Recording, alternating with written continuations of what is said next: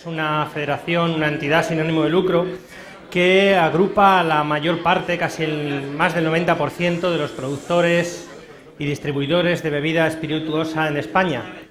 Bueno, ¿y qué hacemos nosotros? Pues nosotros desarrollamos proyectos de responsabilidad social, es decir, revertimos parte de los beneficios de nuestros asociados en realizar proyectos que creen algún tipo de bien social. Y en concreto, aquí me siento yo especialmente entre amigos y en familia, porque yo desarrollo el proyecto de servicio responsable, que es un proyecto de formación dirigido a la hostelería, a los estudiantes de escuelas de hostelería. De hecho, aquí tengo en esta sala un buen puñado de profesores que me han acompañado en sus escuelas, de alumnos y de profesionales que han recibido nuestros cursos, porque la buena noticia para FABE, para toda la Asociación de Barman de España, es que, merced al convenio que tenemos, esta formación es absolutamente gratuita para cualquier asociado de FABE, con lo cual cualquiera que esté interesado en ello no tiene más que ponerse en contacto con nosotros. ¿Y qué es lo que hacemos en esos cursos de formación? Por un lado, entendemos que servicio responsable es la propia coctelería. Es decir, estamos especialmente a gustos aquí porque el hecho de que el producto se conozca bien, se trate bien, se maneje bien, ya es consumo responsable. Porque si yo llego a una persona y le digo su cóctel y me voy, sin más, no estoy produciendo el mismo consumo responsable que si llego y digo su cóctel. Notará que tiene un saborcillo pimentoso, o a ver si nota lo que tiene de fondo, o a ver si nota el sabor a pepino. Solamente con esos 2 segundos de más estamos haciendo consumo responsable, porque esa persona, para empezar, va a beber más despacio, lo cual es positivo para, por ejemplo, el nivel de alcoholemia, pero además esa persona va a respetar mejor esa bebida, la va a asociar a una cultura, a una forma de consumir, que intrínsecamente es consumo responsable. Además, en esos cursos enseñamos a manejar las normas de la casa. Todos tenéis normas de la casa en los locales donde trabajáis o donde sois los dueños, los responsables. Todos tenemos normas de la casa y esas normas de la casa se pueden aplicar de tal manera que estemos fomentando el consumo responsable. Y por otro lado, ¿cómo podemos promover nuestros locales de forma responsable? No solo evitando las cuestiones que vosotros ya evitáis de por sí. Es decir, no solamente el hecho de que os preocupáis de que no consuman menores o que os preocupáis del consumidor que va a conducir. No solamente eso, sino cómo hacer promociones que, promoviendo el consumo responsable, atraiga y fidelice clientes al local. De tal manera que estamos haciendo el doble de trabajo y el doble de promoción de la responsabilidad.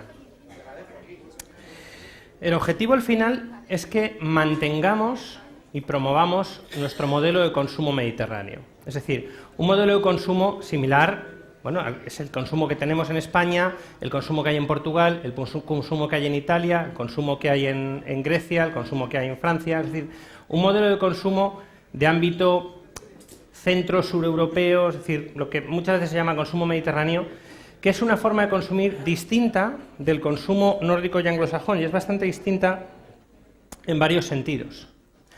El consumidor mediterráneo consume más a menudo, consume más veces. A lo largo de la semana consumimos más veces, pero cada una de esas veces consumimos en menor cantidad. En cambio, el consumidor de ámbito nórdico y anglosajón tiende a consumir menos veces, pero a la vez que consume, consume más.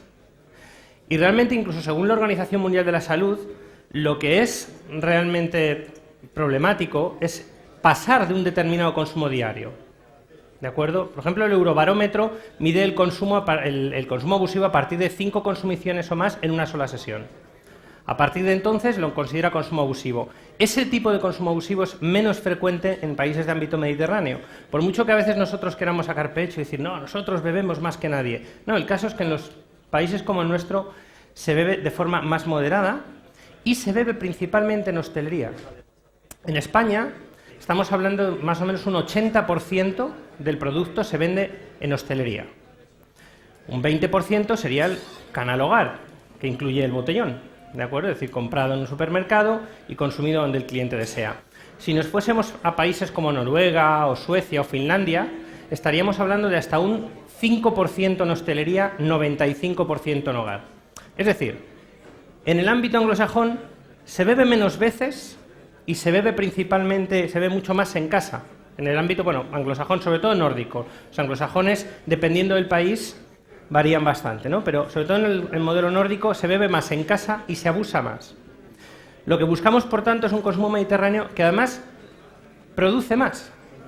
Produce más a la hostelería, es obvio, porque estamos consumiendo en hostelería, pero además el caso es que al final es mucho mejor para todo el tejido industrial el que se consuma en hostelería y que se consuma de forma frecuente, porque vosotros lo sabéis, no vivís de las copas, ni de los platos, ni de las habitaciones, vivís del cliente. Yo siempre pongo el ejemplo que si un día toda España se vuelve vegetariana, pues habrá dos tipos de profesional: el que se echa a llorar de patadas al suelo y el que diga, bueno, pues voy a asar boniatos, voy a asar cebollas, voy a hacer otra cosa. ¿De acuerdo? Esa es la idea, que podamos adaptarnos. ¿Cómo nos adaptamos? En este caso, lo que enseñamos en nuestros cursos de formación son varias cosas, pero parte del conocimiento del producto, que os explicaba antes, consiste en que repasamos todos los falsos mitos que usan los clientes y que realmente son peligrosos y que acercan al modelo de consumo anglosajón y nórdico. ¿Por qué? Si yo tomo un par de copas o un par de cócteles y he medido que uno sea con alcohol y otro sin alcohol, realmente no me preocupa el consumo abusivo, porque no lo es, ni tampoco me preocupa si me va a subir demasiado o no, o si me va a sentar al día siguiente mal. No me preocupa tanto eso porque sé que he hecho un consumo moderado. Realmente en el consumo abusivo es donde preocupan más esas cosas y es donde empiezan a aparecer esos mitos. Esos mitos del tipo, si meto 2 granos de café debajo de la lengua no daré positivo en el test de alcoholemia. Si bebo aceite formará una película en las paredes del estómago y entonces no pasará tanto. O si mastico césped, o si chupo una llave oxidada, o si... Estoy diciendo todo cosas que me han dicho a mí en alguno de los cursos. Es decir, el cliente va a inventar un montón de cosas en este sentido con la idea de evitar las consecuencias del consumo abusivo y no el consumo abusivo en sí mismo. Además no las evita.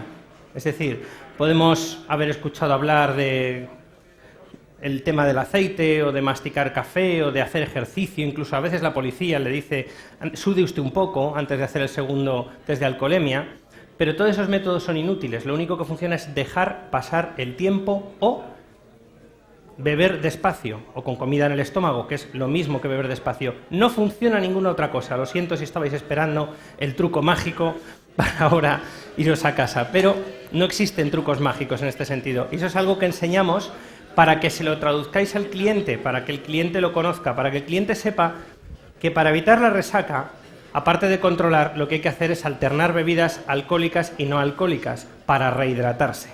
¿De acuerdo? ¿Veis cómo todo esto engancha muy bien con lo que es la coctelería?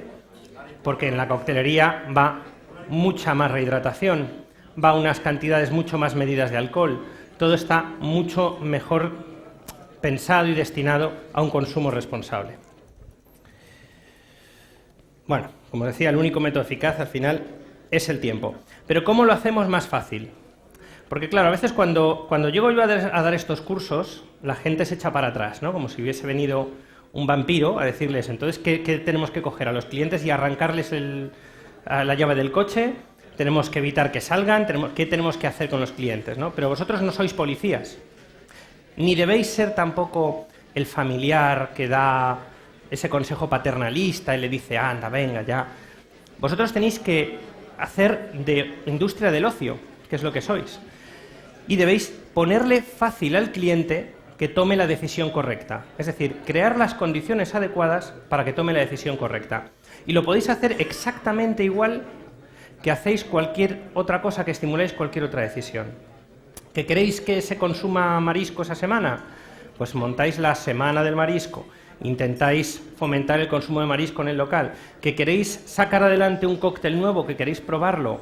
Buscáis a vuestros clientes que sabéis que son líderes de opinión en vuestro local o que son más frecuentes, les pedís su opinión. Ponéis las cosas fáciles para que los clientes consuman eso. Pues lo podemos hacer exactamente igual con el consumo responsable y que eso además, insisto, sea positivo. Por ejemplo, ofreciendo información. El simple hecho de facilitar teléfonos de taxis, transporte público, esto una de nuestras empresas asociadas lo realizó en una ocasión. En Madrid tenemos, yo vengo de Madrid y tenemos una red de transporte público enorme. Importante, funciona fenomenal e incluso por las noches. Pero la gente desconocía los horarios. Y muchas veces el motivo para coger el coche aun habiendo bebido era precisamente desconocer absolutamente los horarios o las paradas de los autobuses que dejaban en su casa. Se hizo una campaña de Navidad muy intensa, informando a la gente de los horarios, y eso cambió en cierta manera durante esa campaña navideña el comportamiento de los clientes. Podemos dar información para mejorar la calidad del consumo, y esto se puede hacer desde la carta hasta consejos que podamos dar sobre cómo consumir las bebidas, cuáles son los límites responsables, o incluso podemos hacerlo todavía más como lo haríais vosotros. Por ejemplo, en una escuela de hostelería gallega, donde tuve a un grupo de alumnos que eran de repostería, de restauración y de sala. Se pusieron de acuerdo y crearon la siguiente idea entre ellos. Los de repostería crearían postres que específicamente que llevasen los ingredientes que les dijese el personal de sala para que maridasen bien con los cócteles que iban a preparar, que estuviesen pensados para lo que se iba a servir en el restaurante. ¿De acuerdo? Estamos facilitando que el cliente quiera comer algo a la vez que bebe. De la misma manera que podemos servir algo para picar distinto dependiendo de lo que haya pedido esa persona. ¿Que ha pedido más cítricos? Podemos servir una cosa. ¿Que ha pedido un sabor más dulce? Servimos otra. ¿De acuerdo? Eso es consumo responsable también, y eso es fomentar el consumo responsable. Pero podemos premiarlo. Y aquí nos gusta poner el ejemplo que utilizamos mucho nosotros. Nosotros desarrollamos una campaña de conductor responsable o conductor alternativo, que es un conductor que tiene ciertas características importantes. Por un lado, el liderazgo, es decir, la persona que tiende a llevar a los demás a casa. Nosotros intentamos que sea conductor alternativo, que se vaya rotando, pero por lo que vemos, de momento, hay conductores alternativos, la figura se ha extendido mucho, pero aún rota poco, ¿vale? Con lo cual es una persona que tiende a tener un poco más de poder a la hora de decidir dónde vamos esta noche, que aparque bien, que no me rayen el coche, a qué hora nos vamos, porque os tengo que llevar a todos los demás, ¿de acuerdo? Esa persona es una persona interesante a la que dirigirnos como público. Y además puede tener, sobre todo en según qué franjas de edad, el primero que tiene el coche, el primero que tiene trabajo, el primero que tiene algo más de poder adquisitivo. Es decir, es una persona interesante a la que dirigirnos. ¿Y qué hacemos? Montamos una acción exactamente igual que montaría una casa comercial. Nos vamos a una zona de bares. Nos plantamos delante de esa zona de bares con unos stands, unos monitores, y según va llegando la gente, les paramos y les preguntamos: a ver, ¿de vosotros quién va a conducir? Pues yo. Pues mira, te proponemos lo siguiente. Le cogemos el carnet de conducir, que veamos que puede conducir, evidentemente, tiene que soplar en un alcoholímetro y tiene que dar 0,0. Si da 0,0, en ese momento le damos 4 vales de refresco canjeables en estos locales, los que participan en la promoción. Los puede usar la persona que va a conducir, lo pueden usar sus acompañantes, por eso les damos 4. Eso también facilita que alternen bebidas alcohólicas y no alcohólicas quien vaya a beber alcohol. Y tiene que pasar de nuevo por nuestro stand como mínimo 1 hora o más después y volver a soplar. 0,0. Otra hora más. 0,0 y otra hora más. En total habrá soplado 4 veces, con 1 hora como mínimo entre medias. Le tenemos bastante controlado toda la noche y sabemos que ese conductor no va a beber alcohol. Y le vamos dando refrescos. Y al final de la noche, se ha hecho las 4 veces el 0,0, le damos un vale de 20 euros en gasolina, ¿de acuerdo? Para canjear en una gasolinera. Eso significa que al conductor alternativo le ha salido la noche gratis, ¿de acuerdo? Y además, en una ciudad, por ejemplo, en una ciudad del tamaño de Bilbao, tendríamos unos 110 conductores participantes. Si eso lo multiplicamos por 3, que vayan 3 personas en cada coche, estamos hablando de 330 personas que, si quieren los 20 euros de gasolina, tienen que pasar obligatoriamente por los locales que participan en la promoción. Es decir, son 330 personas que sabemos que van a pasar mínimo por esos locales.